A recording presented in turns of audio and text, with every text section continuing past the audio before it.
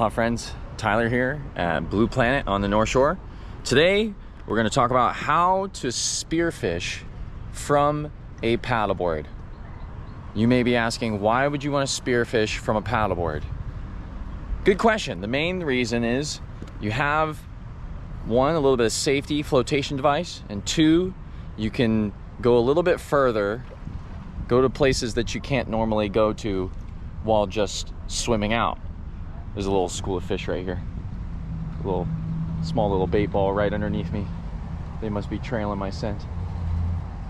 Beautiful day. So things we're going to talk about in this video: one, the equipment that you need; number two, locations, what you're looking for and why you would want to use a paddleboard to get there; and then three, a little bit of technique when it comes to spearfishing from a paddleboard. So first thing is equipment. You're going to need a paddleboard. Personally, I like a paddleboard that is a little bit bigger because it gives me more stability.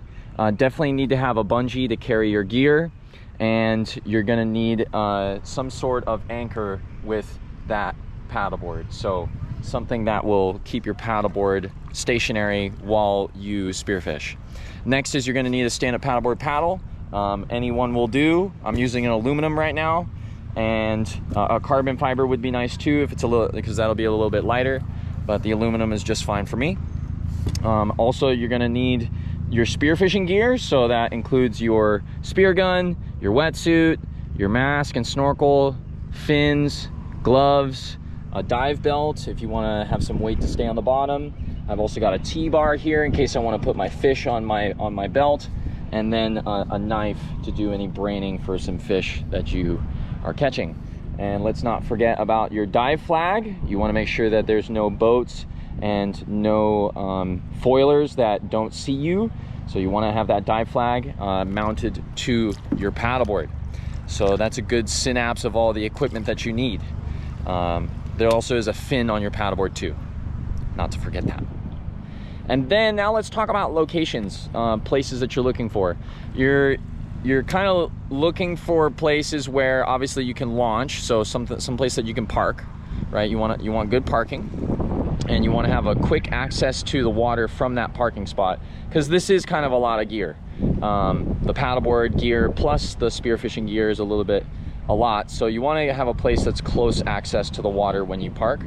And then you're looking in the water, you're looking for places that maybe a little bit farther out but still have a reef that you can anchor to. So notice my anchor here does have a little bit of anchor line. I think that's about 50 feet of line there. When I first started spearfishing from a paddleboard, I just brought like 2 10-foot leashes, and that was enough for where I was going. So for instance, today I'm heading out the Honolulu River from the Rainbow Bridge from here at Blue Planet, and I'm heading out to Pu'ena, one of my dive spots. I like to dive around the channel and around the reef here at Pu'ena. For me, that's been sufficient, and it's not very far, but it's also far enough that not everyone is diving there, so there's still some good fish that I can eat, which is awesome. So yeah, locations, you're looking for some structure under the water, and you're looking for something that is a little bit farther, so there's not as much access to other spearfishermen and other fishers, which gives you more opportunity for other fish, and also something that you can anchor to and where fish like to hang around. What are some spots you don't want to go to? Like kind of flat reef, you know, where there's not much structure. That typically doesn't have as many fish that come in. Also something that's like super deep, you don't want to go too deep because then you won't have something to anchor to, unless you're using like a drift sock, which you could do that if you want to drift with your board and have a drift sock so that your board doesn't, you know, go faster than you can swim. The drift sock will help. But personally, when I have this much gear, I don't really want to be going too far out. I'm going just far enough where I can find fish that I wouldn't normally find from swimming out. And then other places that you don't want to go, obviously directly in a channel, in a harbor channel, and places where you can't fish, where fishing is not allowed. Those are places you don't want to go. And then last thing we're going to talk about is some techniques. So we're about to jump in the water. I'm going to do a little bit of filming while I'm under the water. Can give you some technique on anchoring as well as fishing and hunting. So let's get into it. We'll see you guys in the water. Shoots. Yeah, guys, while I'm paddling out right here, just give you some shout outs. Shout out to Blue Planet Surf for supplying this paddleboard. Super grateful for them and everything that they have done for me and my adventures. And also big shout out to Hammerhead Spear Guns. I'm using a wetsuit from Hammerhead, the 1.5 millimeter. I'm also using a 100 centimeter double band Hammerhead spear gun, and a mask and belt. Also big shout out to Hale'iwa Fishing in Kapolei. Those guys set me up with some solid gear recently. So thanks to Hale'iwa and Blue Planet and Hammerhead Spear Guns.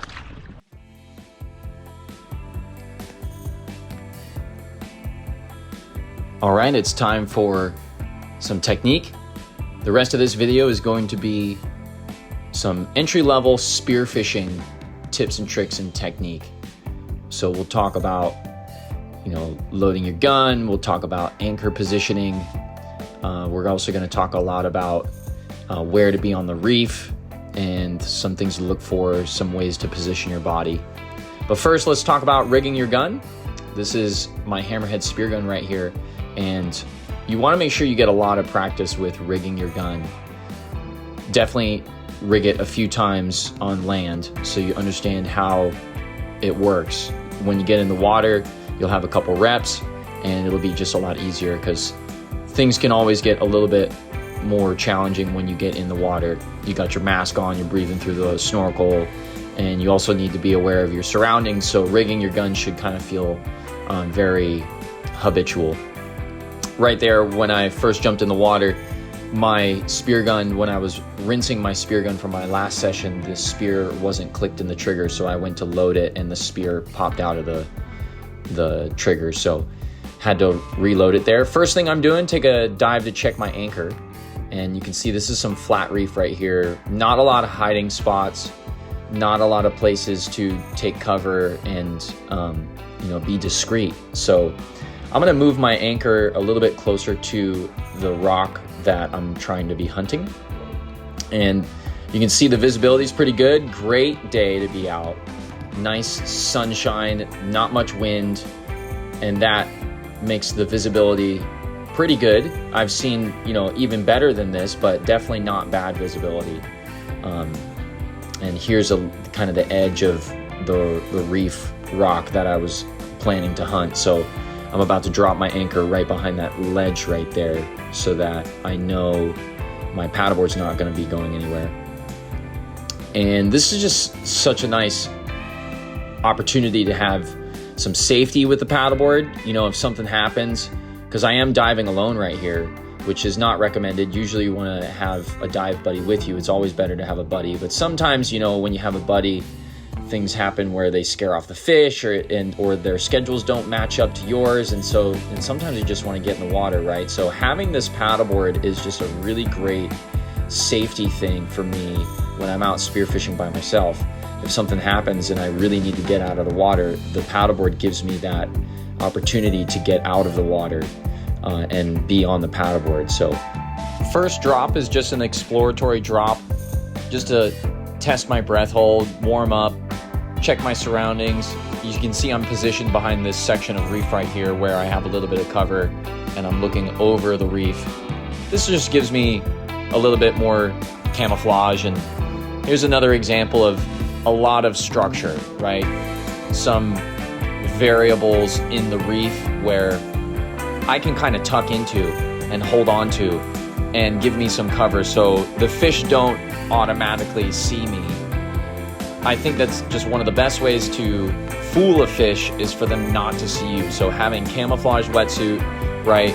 Keeping your body really close to the reef, holding on with your left hand so that you have a mounting position, and then hiding and using that breath hold to wait until a fish comes in. So here's another drop example of lots of structure, great shooting lane, You know, so I'm down on the bottom, holding on, and I'm looking up, and I'm looking for fish to cruise through the area, cruise above me. You know, just like this one. This is a Nanui right there. A little bit of a bigger Nanui. And it's good to have your gun ready, right? You want to be ready for that fish to cruise through so you can have a quick reaction time. So have your elbow extended, gun pointed forward. You don't want your elbow bent or pointing in a different direction, right? So be prepared for that shot. Here's another big crevasse.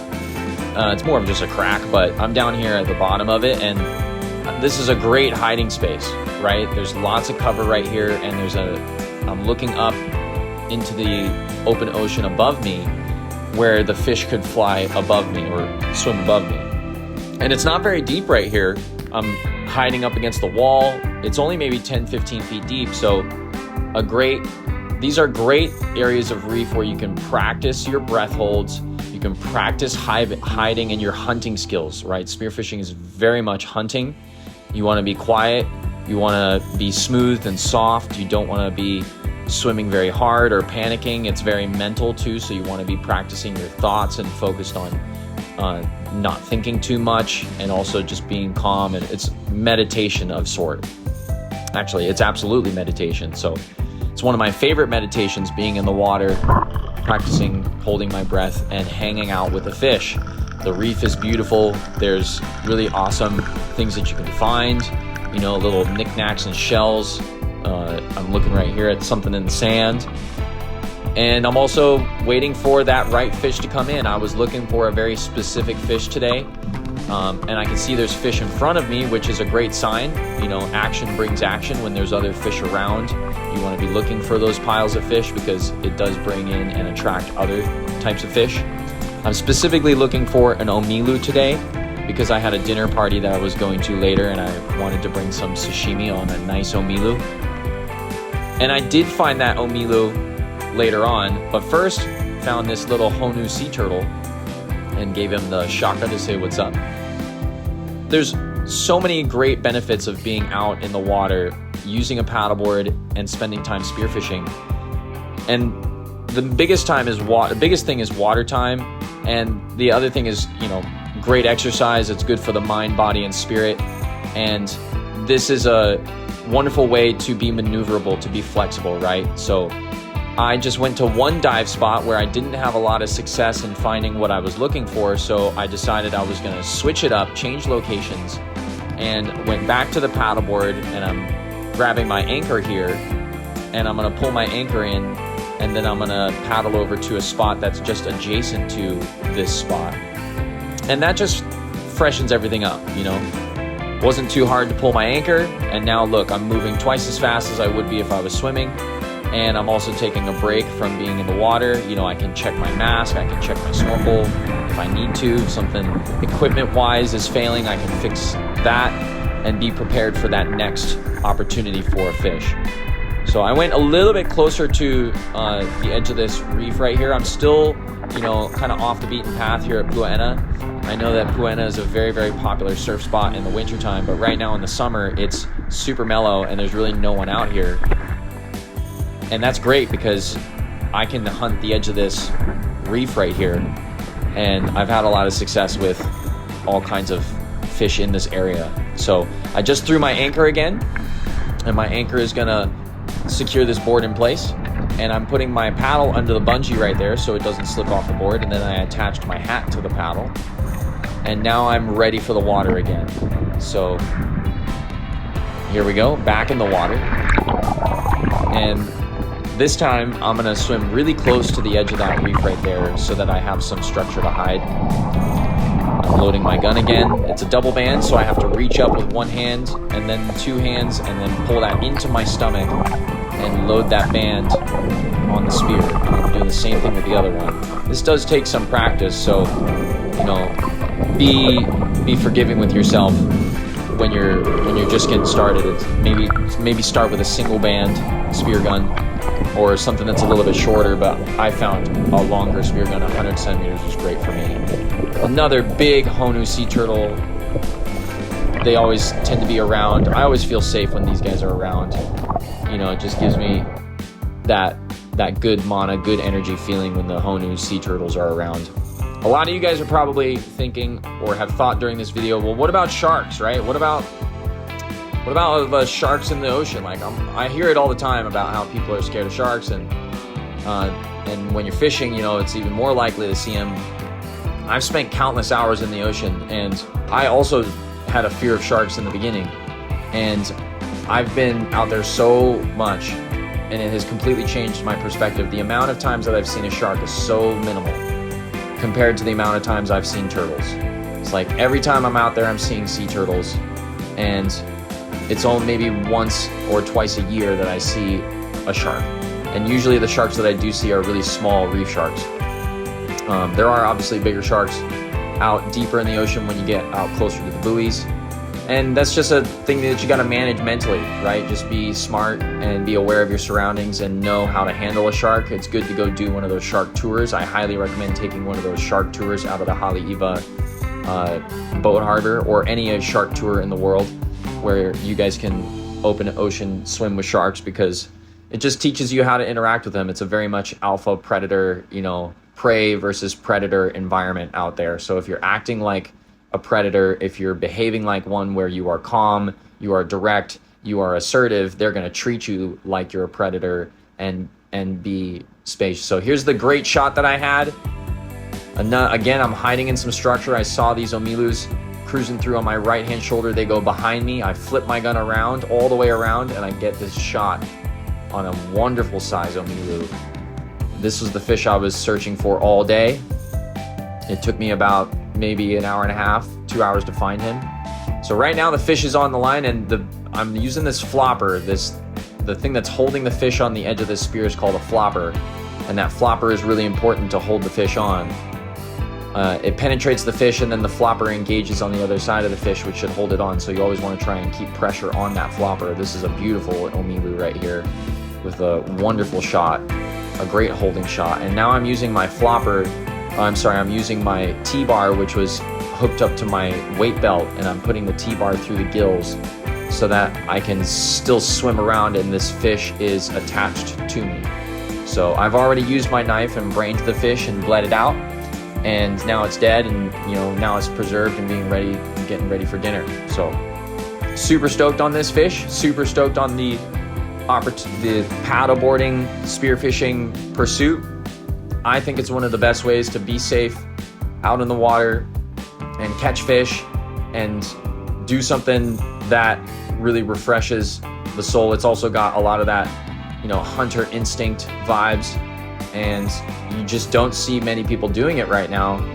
But I've scored so many different types of fish. I've been able to feed the family for you know, kind of weeks on end throughout the summer doing this activity, and I believe there are many other places that this could be done. Obviously here in Hale'iwa at Pua'ena is a great place to do it because we have access to the ocean in this really idyllic spot at Blue Planet. So if this is something you are interested in trying, feel free to come out and chat with us over at Blue Planet about paddleboards that would work for this type of activity.